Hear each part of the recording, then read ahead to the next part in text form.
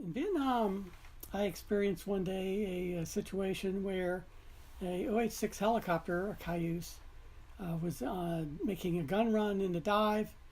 The Vietnamese, North Vietnamese, would shoot 50 caliber incendiary round, which would enter the bottom left quadrant of the aircraft, go into the fuel tank, set the fuel tank on fire.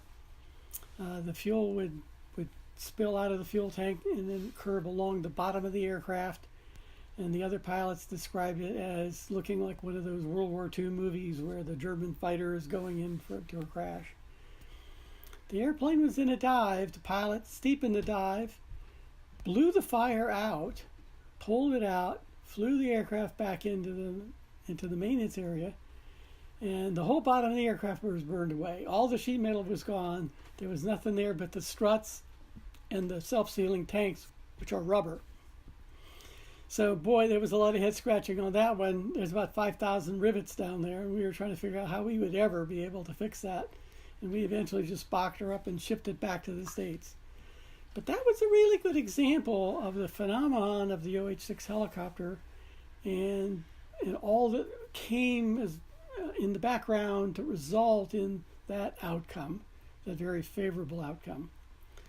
Now, when the Korean War ended, the Army started analyzing what it had done well and what it had done not so well during the Korean War. And what they sort of figured out is that when helicopter crashes occurred, there were fires in about 10% of the crashes, but those 10% accounted for about 80% of the deaths.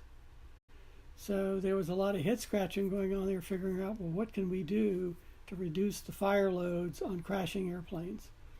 Now that's a big, tall order because sometimes these crashing airplanes are pretty dramatic and there's stuff going every which way, and how do you minimize all that?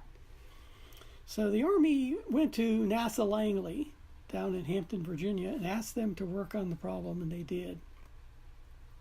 So in order to understand better how the fires occurred, what they did is they built a device. It was huge.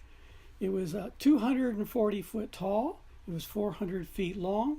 It was 265 feet across at the bottom. And it was a mechanism that they could suspend a helicopter from a cable, release the helicopter. It would swing down like a pendulum, crash into the ground, massive fuel spillage, camera shooting 10,000 frames a second, and we're able to see what is going on inside of these dramatic fires where there's massive vaporization of the fuel. Pretty wild device. They would eventually use that device to start figuring out what was going on in these helicopter fires. And the result would be a series of engineering changes to the helicopters to help minimize the fire occurring. And we want to talk about one of the kind of tangential things that they worked on. So what they were working on is that oftentimes people in these fires would be burned. And so you had these 2,000 degree temperatures at the skin level, and things like nylon and such would actually melt into the skin. So this is very bad stuff. So they went to a guy named Fred Sweeney at DuPont, and they asked him if he could design a cloth that could tolerate 2,000 degrees. It didn't have to do it for very long, just for 10,000ths of a second or so, maybe 2 or 3 of those, but basically very high temperatures for very short periods of time. And the guys at DuPont, in fact, were successful in doing that. The net result is something that we call Nomex. It's a trade name for the DuPont has. And it looks a lot like rayon or nylon or one of those artificial cloths, but it will tolerate 2,000 degrees.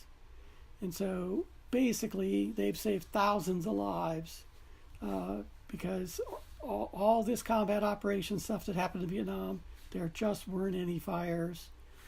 The pilots felt comfortable that if there was an accident, that they could get out of there, that they could get home alive. Now that would translate into a lot of gear used by firemen. It would translate into gears used by race car drivers. It would translate into some gear used by hot air balloonists, where the bottom panels on a hot air balloon are made out of Nomex.